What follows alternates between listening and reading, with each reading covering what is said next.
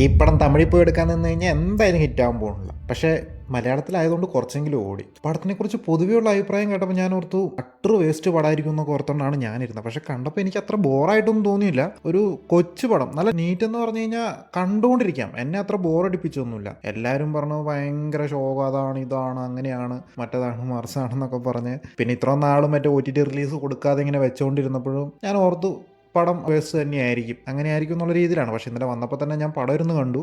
പക്ഷേ സർപ്രൈസിംഗ്ലി എനിക്ക് അത്ര ബോറായിട്ട് തോന്നിയില്ല. കണ്ടുകൊണ്ടിരിക്കാം. അത്ര മോശമെന്നൊന്നും പറയാനായിട്ട് എനിക്ക് തോന്നിയില്ല. സംഭവം വേറെ ഒന്നുമല്ല, നമ്മുടെ മമ്മൂട്ടി അഭിനയിച്ച ഗൗതം വാസുദേവൻ സംവിധാനം ചെയ്ത ഡൊമിനിക് ആൻഡ് ലേഡീസ് പേഴ്സ് എന്ന് പറഞ്ഞ പടമില്ലേ, അതിനെക്കുറിച്ചാണ്. പടത്തിനെക്കുറിച്ച് പറയാമെന്ന് പറഞ്ഞു കഴിഞ്ഞാൽ നമ്മുടെ സ്ഥിരം ഗൗതം വാസുദേവൻ്റെ ഒരു ടെംപ്ലേറ്റ് സംഭവം പോലെയൊക്കെ തന്നെയാണ് എനിക്ക് തോന്നിയത്. പക്ഷേ അതിൽ നിന്ന് കുറച്ച് താഴ്ത്തേട്ട് ഇറങ്ങിയിട്ടുണ്ട്, എന്നാൽ മേളിലായിട്ട് ഗ്രാഫ് കയറിയിട്ടൊന്നുമില്ല. അത്ര സെറ്റപ്പായിട്ടൊന്നും പറയാനൊന്നുമില്ല. പക്ഷേ ഒരു ആവറേജ് രീതിയിൽ അത്രേ എനിക്ക് ഫീൽ ചെയ്തോളൂ. പക്ഷേ അത്ര വേസ്റ്റ് എന്നൊന്നും പറയാനുള്ള രീതിയിലൊന്നും എനിക്ക് തോന്നിയില്ല. പിന്നെ ഒരു കൊച്ചു പടമാണ്, ഒരു വളരെ ലോ ബജറ്റിൽ ചെയ്തൊരു പടം. ആകെ മമ്മൂട്ടിയുണ്ട്, ഗോകുൽ സുരേഷുണ്ട്, അങ്ങനെ 3-4 ക്യാരക്ടേഴ്സൊക്കെ വെച്ചിട്ട് തട്ടിക്കൂട്ടി ഒരു കൊച്ചു പടം. അധികം ലൊക്കേഷൻസ് ഒന്നുമില്ല, അവിടെ ഇവിടെയൊക്കെ തന്നെ. ഒരു മൂന്നാർ വരെ പോകുന്നുണ്ട്, ഒരു കൊച്ചിയുണ്ട്, ഇത് രണ്ടും ഉള്ളൂ. അപ്പോൾ ആ രീതിയിലുള്ള ഒരു സംഭവമൊക്കെയാണ് ചെയ്തു വെച്ചേക്കുന്നത്. ഈ പറയുന്ന വേസ്റ്റ് എന്ന് പറയാൻ പാകത്തിനുള്ള ഒരു ഡയറക്ഷനൊക്കെയാണ് നമ്മൾ തുടക്കം കാണുമ്പോൾ തോന്നുന്നത്. പിന്നെ കുറച്ചും കഴിഞ്ഞ് കഴിയുമ്പം ഒരു ഫണ്ണൊന്നും പറയാൻ പറ്റില്ല. അത് സീരിയസ് ആയിട്ടുള്ള ഒരു ക്രൈം അന്വേഷിച്ച് പോകുന്ന രീതിയൊന്നുമില്ല. ജസ്റ്റ് ഇങ്ങനെ കണ്ട അവിഹിത കഥ അല്ലെങ്കിൽ അങ്ങനത്തെ ഇത് അതുപോലത്തെ കാര്യങ്ങളൊക്കെ അന്വേഷിച്ച് പോകുന്നത്. എന്നാൽ ഒട്ടും സീരിയസ് അല്ലാതെയാണ് പടം ഡയറക്റ്റ് ചെയ്തേക്കുന്നത്. ആ ഒരു രീതിയിൽ മമ്മൂട്ടിയുടെ ക്യാരക്ടർ അതുപോലത്തെ ഒരു ക്യാരക്ടറാണ്.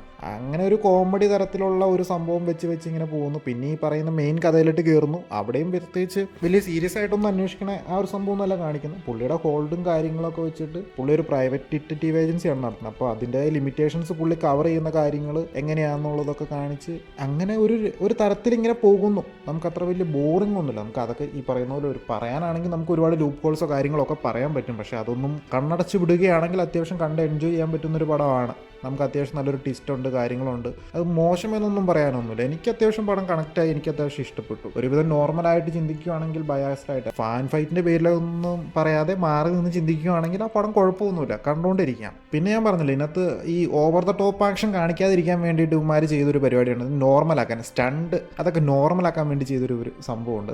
ആക്ഷൻ രംഗങ്ങൾ കാണിച്ച് കഴിഞ്ഞപ്പോൾ ഷൈൻ ടോം ചാക്കോ ഒക്കെ ആയിട്ടൊരു ഫൈറ്റ് ഉണ്ട്. അത് കണ്ടപ്പോൾ എൻ്റെ പൊന്നോ, ഞാൻ ഓർത്ത് ഇതിൻ്റെ ലെവൽ ഇത്ര ഉള്ളൂ എന്ന് വരെ ചിന്തിച്ചു പോയി. അതുപോലത്തെ ഒരു ഫൈറ്റ് എന്ന് വെച്ചാൽ താഴെ നിന്നുള്ള ഇടിയാണ്, സമ്മതിച്ചു. പക്ഷെ അത് ഒരു ഭംഗി വേണ്ടേ അത് കാണാൻ. എന്തോ ഒരു സാധനം, എന്തോ പിള്ളേർ തല്ലുകൂടുന്നു, ഇതിലും നന്നായിട്ട് തല്ലുകൂടുന്ന രീതിയിലേക്ക് എനിക്ക് തോന്നി. അങ്ങനത്തെ ഒരു സാധനമൊക്കെ കാണിച്ചിട്ടുണ്ട്. സ്റ്റണ്ടിൻ്റെ ഒന്നും ആവശ്യമില്ല ശരിക്കും പറഞ്ഞ പടത്തിനകത്ത്. അങ്ങനെ അത് ഓവർ ദ ടോപ്പ് ആക്കാതെ താഴെ നിന്നിട്ടുള്ളൊരു സംഭവം ചെയ്യാൻ വേണ്ടിയിട്ടുള്ള ചെയ്തതാണ്. ഇതെന്തായാലും തമിഴ്നാട്ടിൽ ആർക്കും ചെയ്യാൻ പറ്റത്തില്ല. കാരണം ആരും ഇങ്ങനെ ഒരു റോളിലോട്ട് മുൻനിരയിലുള്ളവർ ആരും താഴ്ത്തിട്ടിറങ്ങി വന്ന് ചെയ്യാൻ പോകുന്നില്ല. പിന്നെ ഏതെങ്കിലും പിള്ളേരെയൊക്കെ വെച്ച് ചെയ്യുക. പിന്നെ ഗൗതം വാസുദേവൻ മേനോൻ്റെ അവിടുത്തെ ഗ്രാഫ് എന്താണെന്നറിയാലോ. അപ്പം പുള്ളി ഒരു പടം ഇറക്കി കഴിഞ്ഞാൽ അവിടെ എന്തായാലും ഓടാനും പോകുന്നില്ല, ആരോട്ടും കാണാനും പോകുന്നില്ല. അതിപ്പോൾ എത്ര നല്ല പടമെന്ന് പറഞ്ഞാലും. അപ്പോൾ ആരെ കൊണ്ട് അഭിനയിപ്പിച്ചാലും ഇതൊക്കെ തന്നെയായിരിക്കും അവസ്ഥ. അതുകൊണ്ടായിരിക്കണം പുള്ളി ഇവിടെ വന്ന് ചെയ്തത്. അത്യാവശ്യം ഒരു ആവറേജ് ലെവൽ കിട്ടിക്കഴിഞ്ഞപ്പോൾ പുള്ളി ഇനിയിപ്പോൾ അങ്ങോട്ട് പോകും. നമ്മുടെ കാഴ്ചപ്പാടിൽ, അതായത് എൻ്റെ കാഴ്ചപ്പാടിൽ പടം കുഴപ്പമൊന്നുമില്ല.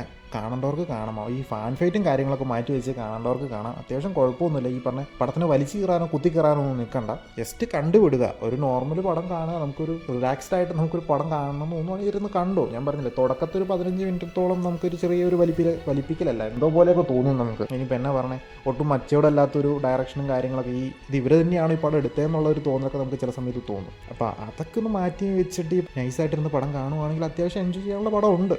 അപ്പോൾ അങ്ങനെ താല്പര്യമുള്ളവർ ജസ്റ്റ് ഒന്ന് കണ്ടു നോക്കുക. പിന്നെ എടുത്തു പറയാത്തൊക്കെ പോസിറ്റീവോ നെഗറ്റീവുകളോ ഒന്നും തന്നെ പടത്തിനകത്ത് വലിയ കാര്യമായിട്ടും ഇല്ല. അതാ പറഞ്ഞു, ഒരു ആവറേജ് മിഡ് ലെവലിൽ ഇങ്ങനെ നോർമലായിട്ട് ഇങ്ങനെ പോകുന്നുണ്ട്. അപ്പം അതുകൊണ്ട് അങ്ങനെ പൊക്കി പറയാനും വലിയ കാര്യമായിട്ടൊന്നുമില്ല, എന്നാൽ താത്തി പറയാനായിട്ടും അങ്ങനെ ഒന്നുമില്ല. പിന്നെ ഫാൻ ഫൈറ്റിൻ്റെ പേരിൽ നമുക്ക് താത്തി പറയാം, പക്ഷേ ഞാൻ അതോട് ചെയ്യുന്നില്ല. അപ്പോൾ ഒന്നും നോക്കാനില്ല, എല്ലാവരും പോയി താല്പര്യമുള്ളവർ പോയി പടം കാണുക.